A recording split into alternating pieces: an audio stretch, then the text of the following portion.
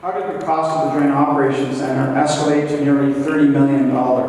Independent investigation conducted by the region determined it was in part due to a lack of oversight and control. What mechanisms and controls would you put in place to ensure that this does not reoccur with the library square development? The Joint Operations Center was independently audited. Actually, the region hired an independent auditor. It wasn't done by the region. And it was actually done at my request to bring that forward. Found that there was too much siloing, that people were not talking to each other, there was no cross-team functionality.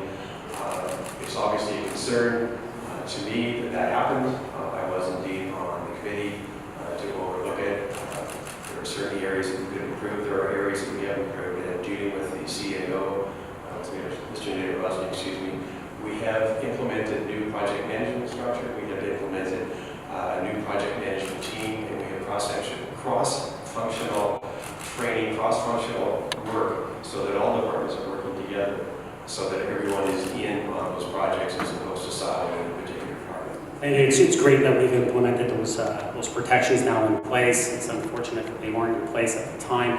The auditor report, which is available for everyone to read, did speak to the fact that there was a lack of leadership within the project and within the oversight committee, which two of my colleagues beside me were part of. So I think that moving forward, we need to specifically make sure that there's a project manager on staff, especially for the library square redevelopment, and that's what I will ensure to make sure that that project is on time and on budget.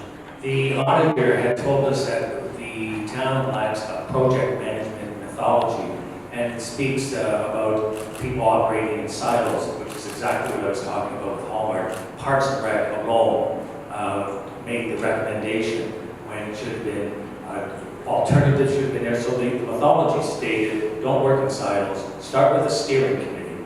And the fact that we never employed these for the Hallmark lands or the Armory is just evidence that we were given the opportunity to make the corrections and we didn't.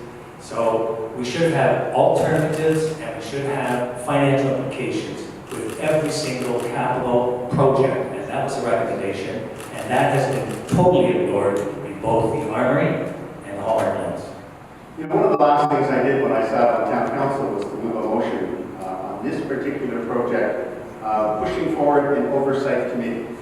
I wanted to make sure that we had councillors on an oversight committee, and that committee was to have members from all of the departments on it. And I wanted 2 of our town councillors on that committee so they could report back to the rest of council and tell us what was going on. So we didn't have to wait for staff reports every month, every 2 months. We could identify, using our councillors, little problems before they became big problems. That didn't happen.